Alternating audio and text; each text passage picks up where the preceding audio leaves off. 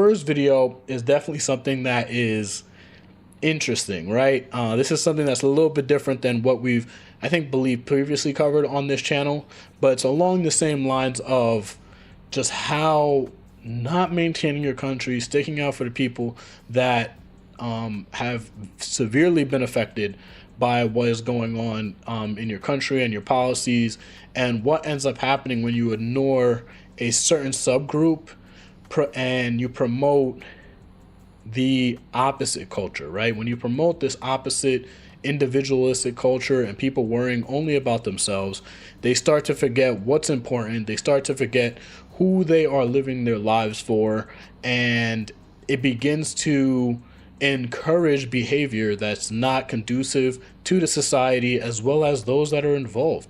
I mean, it starts to get to a point where you have to think about how the culture as well as society as well as government is looking at the individuals within this country and affecting the individuals and how the progress is being made throughout these countries, right? And what the true value of life is, because at the end of the day, you start to think, okay, I know I want to get money. I know I want to succeed as an individual and find different levels of success, whatever that means to you. And it begins to impact you in a way when society, the people around you, and everyone is endorsing this mindset of individuality and materialism and money first. And you start to lose the core values of family and being able to promote what is actually beneficial for your life. You forget about your health. You forget about, the longevity of what is to come in the future, and you only begin to think about yourself, and it starts to lead to a path of decisions that can lead to just disaster and demise, right? But we hope that in these conversations, in how we discuss these things, we can kind of promote a different idea and begin to look forward and working towards what has been working, and to not try and reinvent the wheel, and hopefully bring things back to a place where you can say you're proud of what is going on, right? And there'll always be chaos. There'll always be things that are causing for problems in this world, and there's always be things to discuss. But little by little, we always try and gotta work to help those and just help your community. Now, this first video, Inside Germany's Real Life Zombie Outbreak, this is by Tyler Oliveira. He has some great content. The other guy, I kind of want to see some of his content as well. But when you start to look at things globally, you start to realize how it can affect your society and your culture and what can end up happening, right? How many years have you been stuck here? 10 years. How has it been? So a woman being taken away on a 10 stretcher. years. Only 10 years. It's crazy. Germany. I said keep here. Moving. I'm working on. Hey. Yo. You can use drugs in public until you die. Wow. People are actively ODing, getting taken away here. In there, go. Whether you're smoking crack or selling it, don't worry. The cops are too busy making sure I don't film you. I don't want it, okay? You have to ask the people. Okay, I can't film. The city's goal was to make using drugs safer by giving drug addicts supervised rooms to use illegal drugs, with the goal of treating drug addiction as a health crisis rather than a crime to be policed away, resulting in a concentrated zone of drug use, homelessness, and crime the moment you step out of Frankfurt's main. Well, I think when you promote stuff like this, it automatically causes for just the encouragement of the actual drug use. Like, there's no way that you provide a space for these people to do the drugs and then say that, oh yeah, like, we're trying to help you. Like, there's no way that's not encouraging people to use the drugs. No way. Main train station. This is Hi, how are you? Yeah. Okay. Let's go see if Frankfurt's hands-off approach to drug use is saving lives or encouraging a culture of drug use and chaos. I headed to the main train station in the daytime with my bodyguard Nick to find out. After walking for about a block or two, I found an entire chunk of sidewalk besieged by drug addicts, drug dealers, and the discarded needles and foil they left behind. Ah, no problem. Okay. Hi. I think we're on See how many people are on the streets? Lots of characters out here. Excuse me. Wow, there is a lot of drug use going on here. Injections, lighters, everything, really, everything. No problem. So we just saw a lot of drug use, a lot of injections, really everything, Nick. Huh? Keep walking. We have a businessman walking from work here, it looks like, amidst the chaos and open air drug use. We really just gotta keep an eye out for bottles. Most people are here in an opiated state. Hi. The guy with the hat back there had a broken arm. We could definitely kick his ass. There's a lot. Bro. It's really a designated lawlessness zone, so to speak. A little scrap's about to go down here, maybe, hopefully not. Everyone's got a lighter, piss on the ground. There's a lot here. Hi, where are we? Where are we? Bad place? Safe? Homie is just chilling right now. As I saw this businessman walk home from work, it's important to remember that Frankfurt is Germany's financial capital and home of the European Central Bank. But you see, and the craziest part is we cannot say there aren't similarities with New York right now, right? And New York has been going through this mass transition, I think, from focusing on what it means to be the financial capital of the world and focusing on trying to change what the culture of New York is, as well as the overall goal that New York should be. Like, in my opinion, New York should be looking a lot closer to what Tokyo is in terms of technology advancement, housing. We all know that Tokyo obviously has a working and social crisis currently going on. But when you look at the city and the technology that they have going on, there's no way this kind of stuff would get promoted.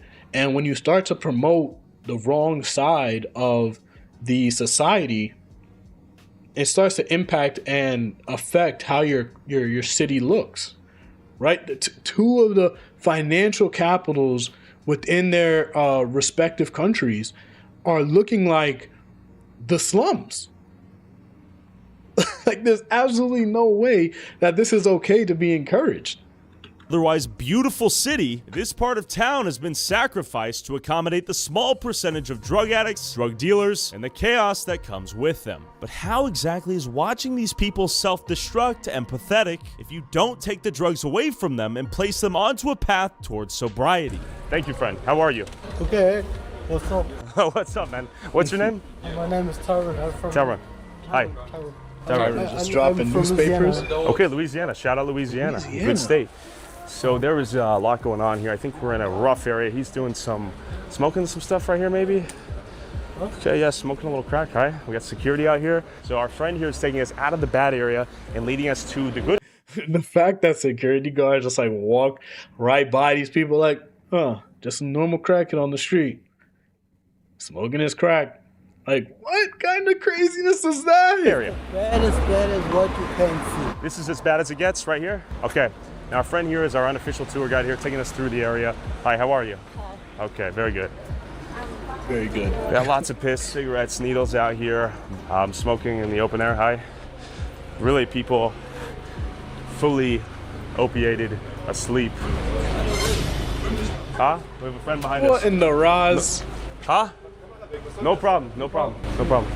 Okay, we're moving. We're moving. We're moving. I say it to you. Keep moving. No problem. Thank you. That's my friend. Thank you. It's fine. No problem. We're moving. We're leaving. Thank you, my friend. Thank you. Okay. Sorry. We're walking. It's a good guy right here. Yeah. Good guy.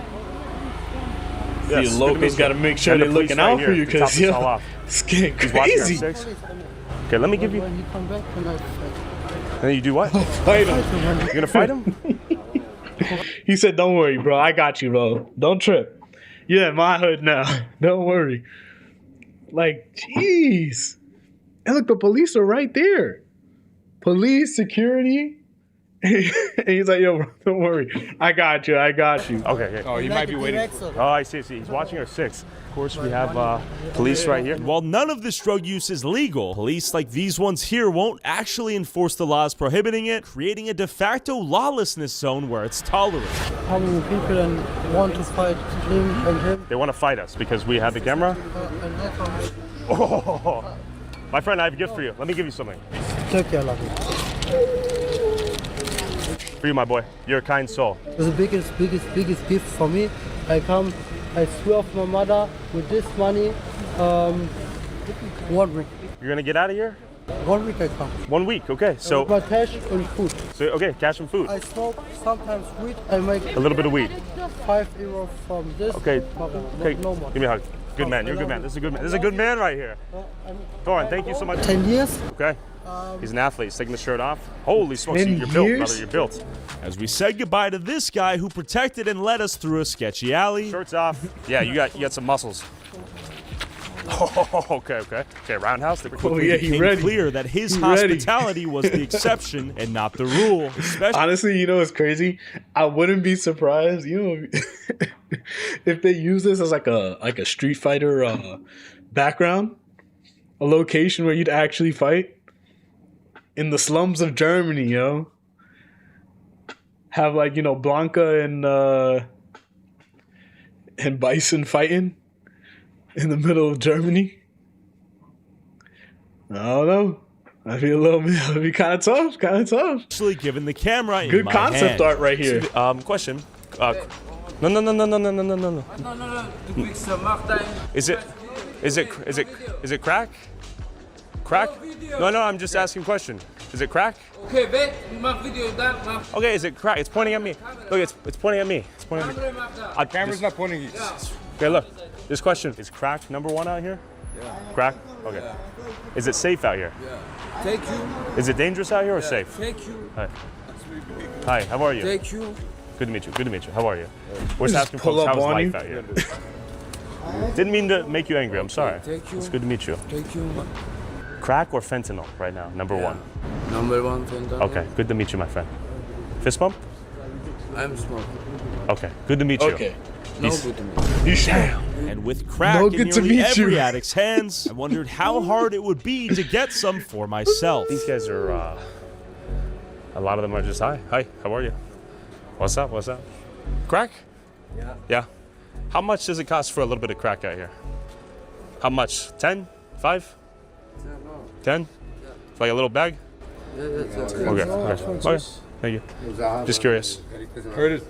Characters sort of just chilling on the ground, smoking some crack. Maybe that's ask. Excuse me, miss. Is that crack or fentanyl? Crack? Yeah. Crack, okay. Thank you. So, you can smell it in the air. Yeah, definitely not the best thing to be smelling, but people are just smelling crack right outside the store there. Reminds me of a lot of cities in the US, from Portland to Seattle to Los Angeles, Skid Row. The city's made one message very clear. If you want to use, you're safe to use here. You have safe injection sites. All of the fun things you need to use your drugs, have a good time. And really, once again, this street is the unofficial border between heaven and hell. These 5 or 6 blocks have been sacrificed to the drug addicts and drug dealers.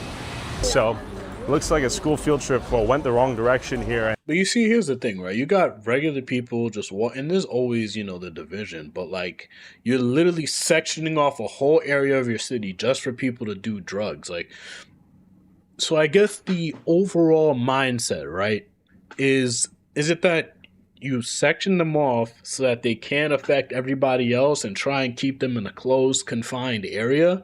Or do you have them just kind of spread out throughout the city? I mean, I can see how encouraging it, could have its benefits, but like at the same time, like how does that affect the rest of your society? I mean, I know that there's only 5 blocks, but there's no way that this isn't encouraged. And obviously being from New York and seeing the amount of people that are on the streets doing drugs and stuff like that, like there's no way it doesn't start to affect public transportation, tourism, and just things of that nature. And they're going through Zombieland right now. The police are there. You got They're kids not going seizing through the drugs. Zombieland? They view it as a health crisis, not a crime, which I get. But then you're supposed to couple that with taking the drugs away, giving them rehab, whether they like it or not. Or, in my opinion, you're just allowing them to kill themselves on the public streets. The opposite of compassion is not malice, it is indifference, in my opinion. Like, for instance, this guy right here. He's got the needle, he's got the bong. Hi. You see, they just shoes trickle on. into like these other areas, I mean, and how is that compassion?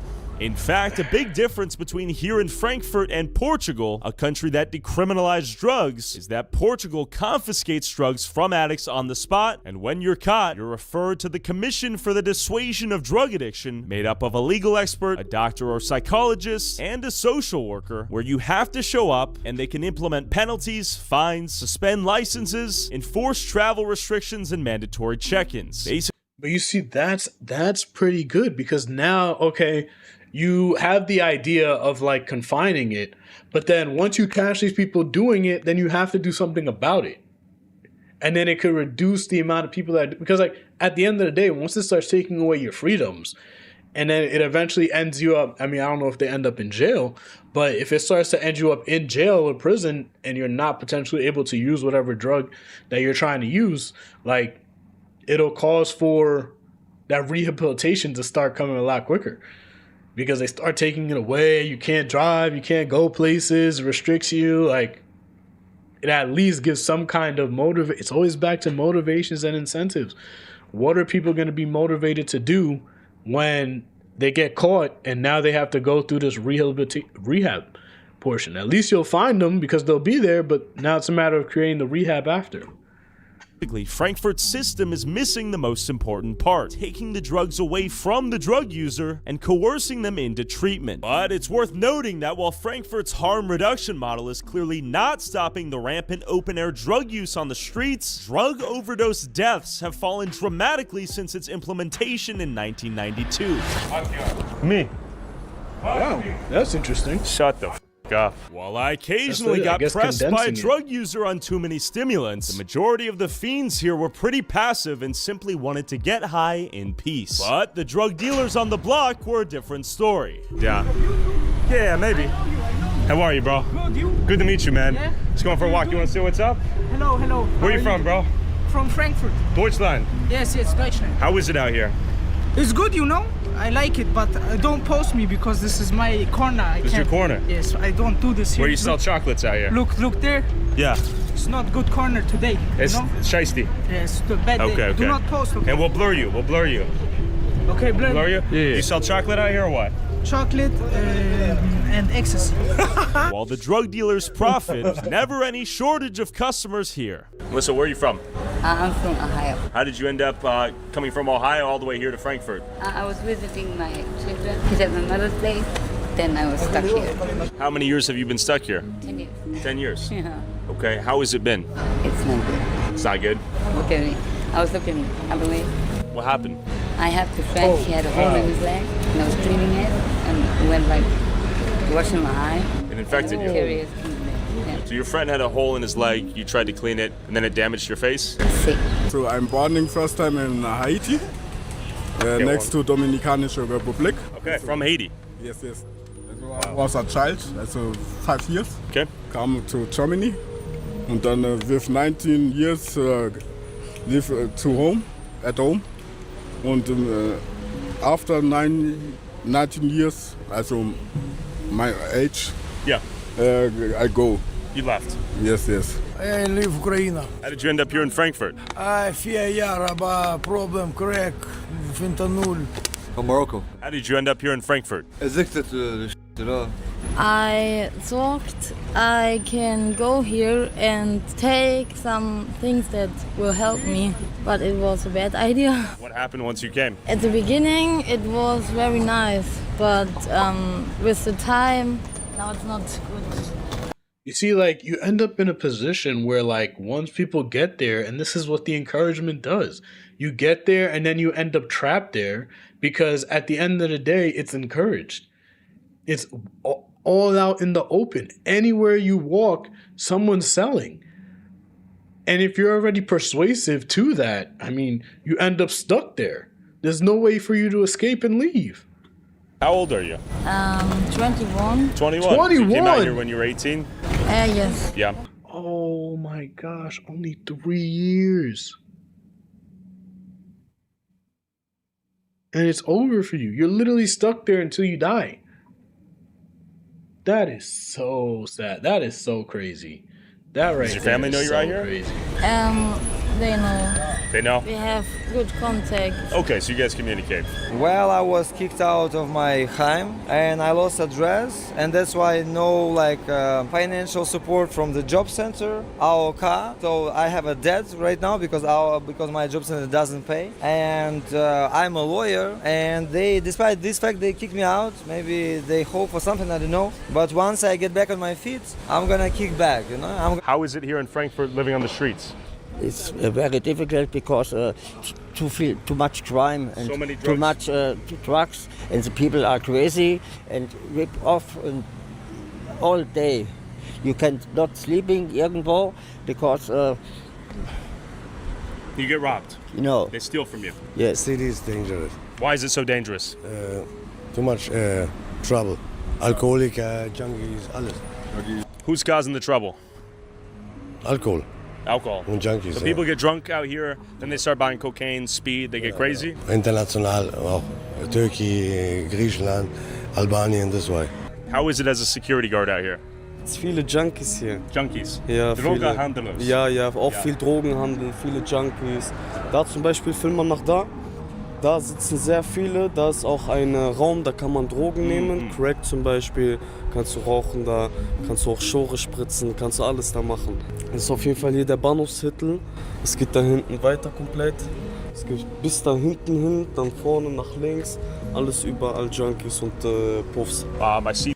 So that's what I'm saying, guys. Like, you just, like, there's no way that this, even with, and then like this is what happens when you take away the rehab portion, because people get stuck there even after a short period of time, 3 years, 5 years, 10 years, and now you're stuck there thinking like, yo, like your life is basically cooked. Even the guy that's a lawyer, he tells you, oh yeah, I'm gonna get back on my feet, you know, do what I gotta do, but he's always gonna have access to crack, fentanyl, and all these other drugs in order to do it whenever he wants. How are you ever going to get back on your feet like that? If they never take it away and they just encourage it, once you're there, you're stuck. You're stuck. And this is the part where, you know, obviously the U.S. has to start seeing a lot of these things, and people got to start waking up to realizing like, yo, like, we can't be encouraging people to live outside, live on the street, not want to work, not want to build families, build houses, dream, you know, certain dreams, and not just follow an individualistic mindset, because I think that's what really causes for a lot of these issues. That's what causes for a lot of these people to end up in the position where they get stuck out here because they are so addicted. And because there's no repercussions, really. I mean, at the end of the day, the only person that they're affecting, I guess, is themselves. But obviously, them thinking that way and society thinking in this way, it starts to cause for the trickle effect to where it's going to affect you eventually. It's going to affect those around you, and is going to trickle into like you not being able to walk out in the city at night. You not being able to be in certain areas, which there is always going to be areas, but for you to not even be in your city and be able to walk through your city without the fear of something happening to you, I think there has to come a point where you have to start looking at your politics. You have to start looking at the people that are in charge and really thinking like, yo, what is the motive? What is the incentive here? Why are we keeping people in these positions, in these cases? Right?